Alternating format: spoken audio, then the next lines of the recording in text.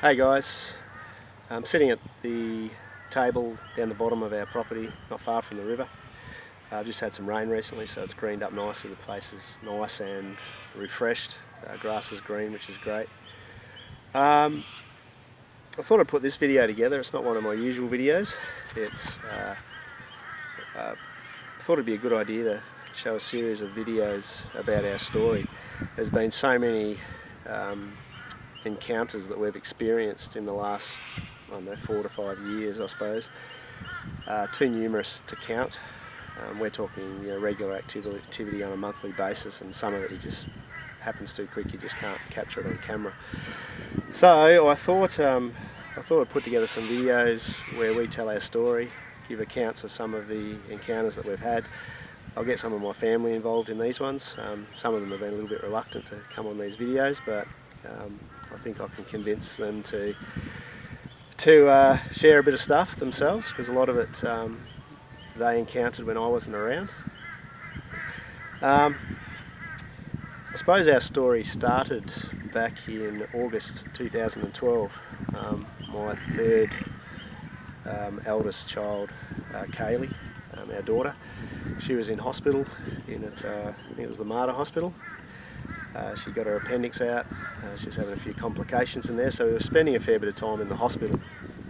And obviously when you're in hospital you read a lot, you watch a lot of television. And I happened to pick up a New Idea magazine, and in there was an article written about Dean Harrison, one of the Yowie researchers up here, and a fairly prominent one. And I just started reading about some of his encounters that he had, and I was quite interested, but what really grabbed my attention was the locations of where he had his run-ins, and they were in and around the area where we lived, so that really pricked my attention. Now you got to understand, prior to reading this article, I wouldn't say I didn't know what a Yowie was, but I would have to say, in terms of front mind awareness, it just wasn't existent. To me it was just a mythical creature in the back of something that I heard in conversation way back, and it was a little chocolate bar that you buy from Coles. So to actually hear people say they've actually had real life encounters sort of pricked my attention, and had it not been these encounters that Dean experienced, had that not been in areas near us, I probably wouldn't have paid too much more attention. I would have read it and just continued on my life, and would have thought, oh, this is a really interesting story.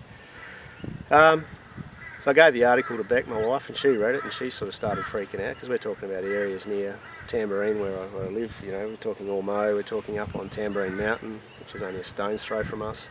Places like Yarrabilba, like where we live, is surrounded by those areas. So that sort of initially grabbed our attention, I suppose, threw us into being a little bit more aware of some of the things we were hearing around on our block at the time. So that was probably where it started. Our first encounter with the Yowie, or should I say the first conscious encounter I believe I had with the Yowie, was shortly after Kaylee got out of hospital. Right in this location here, surrounding me, you got our bungalow behind us, or at least I call it our bungalow. It sounds a little bit better than Donga or demountable. So that was our house for quite some time before we built the new one. We had a campfire set up right where I am now, just under the trees, only about 40-50 metres out that way to the river. And we used to have some really good nights out here, and at the time we were out my daughter was playing guitar, we were singing, telling jokes, just generally having a bit of fun as a family. And all through the night we just kept hearing these low guttural sort of growls coming from the riverbank. If any one of you know what a koala sounds like, it's very similar to that sort of a growl, but it's sort of like a cross between a pig snort, a dog growl, a cane-toed croak, something like that. And these growls had sort of happened down our riverbank for quite some time, but never really given much thought to what they were. To be perfectly honest with you, I didn't even know what a koala sounded like up until around that time. I grew up in a little country town over in WA, and we didn't have koalas in our area, so it wasn't something that was fairly common to me. having said that also, in the whole time that we've been on this block, about 7 years now, we've only ever seen 2 koalas. So anyhow, this guttural growling was coming down from the riverbank. We're sitting around the campfire, and then my wife, Beck, just comes out with this comment. She says, what do you think that growling is, Tony? Do you think it might be the Yowie? And I just totally dismissed it. You know, my mind didn't want to entertain the thought that this thing actually existed. So I said, no, it's just a cane toad. I knew it wasn't a cane toad, but I just had to come up with something that made some sort of sense to my mind. I think they call, in psychological terms, an incorrigible proposition, when the mind doesn't want to entertain anything that's sort of outside the parameter of someone's worldview. So I just started coming up with all sorts of logical answers in my mind of what it could be. And but Beck was convinced. She said, I think that's the Yowie. And I said, no, don't be stupid. However, my world was to change, and my viewpoint was to change shortly after, because we suddenly ran out of firewood. So we were sitting around, fire was dying out, we were running out of firewood, and I needed to go and get some more. Now the best supply of firewood at that particular time, and is most of the time, is all the driftwood down on the river. The river probably floods on average once a year or once every 2 years, sometimes more, and with it comes a whole heap of wood from upstream, and it's a great source of firewood once it dries out. So I thought, I'm just going to have to go down and get some wood, and at the time I wasn't really scared, didn't really care what the growling was at the time. I'd already logically thought it out in my head what I thought it was, so I started to walk down. Now, I'm just going to turn the camera around to give you a bit of orientate you. So that's our bungalow over there we were living in. This is the area where we had the campfire. We're sitting around. It was night time, obviously, pitch black in the anywhere else other than the campfire. Down there is the river. As you can see, the thick trees that are there. It's very much a rainforesty sort of thick vegetation. Very good for hiding down there if you're wanting to not be seen. So this is basically my movements from here. I got up, remembering it's in the middle of the night. I'm walking down. Now the growling specifically, if I'm heading towards the gate here where you can see our animals wanting to come into the paddock, if I turn to my left, the pile of driftwood was down there, and that's exactly where the growling was coming from. So I was heading towards the gate here, and I'm just going to have to shift my animals here before I continue. Okay, so I've just come through the gate there. Campfire was over there, come through the gate here, heading down towards this pile of driftwood. So I was slowly walking down. I had the torch with me. As you can see, over recent years too, I've had a fair bit of lantana grow up here, so the foliage down here is even thicker. And you'll see when I show you shortly what it's like down here. So, got down to about here. Now the pile of driftwood was directly in front of me. Even now I'm getting a few tingles up my spine because it's getting late in the afternoon, and it'll only be a couple of hours before potentially we could have a visitor here. I got to about here. Now you got to imagine there's probably a big pile of driftwood, probably about where that lantana is there, across to that point there, a massive pile of driftwood. It's since been moved in the flood that came after that. I got to within about here, and this growl that was coming from the riverbank got really aggressive. It was like a warning growl. I'm not going to imitate it because I can't do it, but put it this way, it was getting aggressive. So I just froze. I stopped here for about 5 seconds while I gathered my thoughts. I shook it off, shook the growl off, shook my fear off, and said, "Don't be stupid, Tony. It's nothing. It's just part of the Australian bush." It's something that I could explain. So I shook it off, and I took 1, 2, 3, about 5 more steps, and I'm telling you, this growl got so aggressive, so blood-curdlingly, like it wanted to jump out and rip my arms and legs off, that I just froze. And I froze here for about half a second, and then I just said to myself, I'm not hanging around to find out what this thing is. I turned around, I sprinted back up the riverbank, went back up to the fire. My family were they were actually laughing because they saw me take off so fast. They'd never seen me run so fast. And we went up there, immediately jumped into our car at the time, which was a Nissan Terrano. We opened the gate, come back down here, shone the high beams into the tree line, drove up and down, and we saw absolutely nothing. And we heard absolutely nothing for the rest of the night.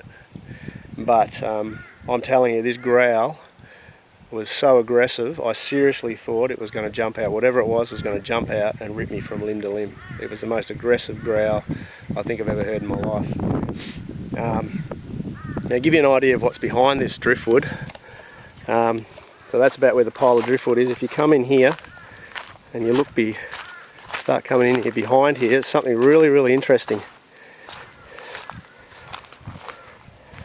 There's a very, very deep gully. Now I'm looking down there, and from where I'm standing, that there is about a 10 to 12 foot drop down to the bottom of that little gully leading into the river over there. So if you can imagine, the driftwood was probably about that high. Whatever was behind here growling at me had plenty of cover. Something big could have easily hidden here, and I sort of find it highly unlikely that a koala would have been growling from behind this bush. So I'm just standing now in this hollow, looking up to where the pile of driftwood was. That's where I came in from, right there. So whatever was growling at me would have been standing about here, or maybe a little bit further back. So to be able to do that, you would have had to have been fairly tall. As you can see, along the bank here, there's some well-worn sort of trails, and there's a little pad up here, quite a well-worn pad where something has been sitting on a fairly regular basis. And just as I say that, I hear a tree snap over to my right. Like I said, I get an uneasy feeling when I'm down here late in the afternoon like I am now. And something interesting too, if you can see over there, I've had a bit of a teepee sort of structure put there as well, which has been erected since the last flood, so it wasn't caused by driftwood. So that's been there probably for about the last 12 months, I would say. Well-worn trails along the bank, and coming back here to the spot behind the driftwood. So this is where the growling was coming from, like I said, very aggressive. Just climbing back up now. As you can tell, it's fairly deep in there. So that was where it all started. A lot of time has passed since that night of our first encounter, or what we consider to be our first encounter with the Yowie. We've had many more encounters, different sorts of experiences, seen, heard, smelt, so many things since that night, and some of those we're going to give an account of in future videos. And like I said, I want to get my family involved in some of these because they've seen stuff and heard stuff that I haven't been around to experience, so I'd really like to get them to tell some of their stories. Now, still looking back at that night when I heard the growl behind that wood heap, it still sends a shiver down my spine. You know, people might tell me, yeah, it's just a Yowie growl. I'm sorry, just a koala. I'm sorry, I honestly don't believe that was just a koala growl. If you want to get sort of some indication of what that growl may have sounded like, there's a movie that they made about Yowie called what's it called? Throwback. Now, it's somewhat of a corny movie, but it's a little bit of fun to watch. But there's a scene in there where the two characters are actually lying around a campfire, and they've just finished drinking and they've fallen asleep and they're a bit drunk, and one of them wakes up in the middle of the night and he starts hearing this crunching in the trees, and he looks up and he sees this eye shine, and he sort of rubs his eyes and shakes it off, thinking he's had too much to drink, and then he looks back up and then he sees these eyes shine again, and all of a sudden this growl starts arcing up in front of him. And when I heard the growl in this movie, I said, bang, that's the type of growl we hear from our riverbank on a regular basis. Now, if you ever happen to go and have a look at that movie and you listen to that growl, times that aggressiveness by about 3 or 4, and that's what I heard that night when I walked up to that pile of wood, and I absolutely shat my pants, and I've never run that fast in my life, and I ran away. I'm not the only one that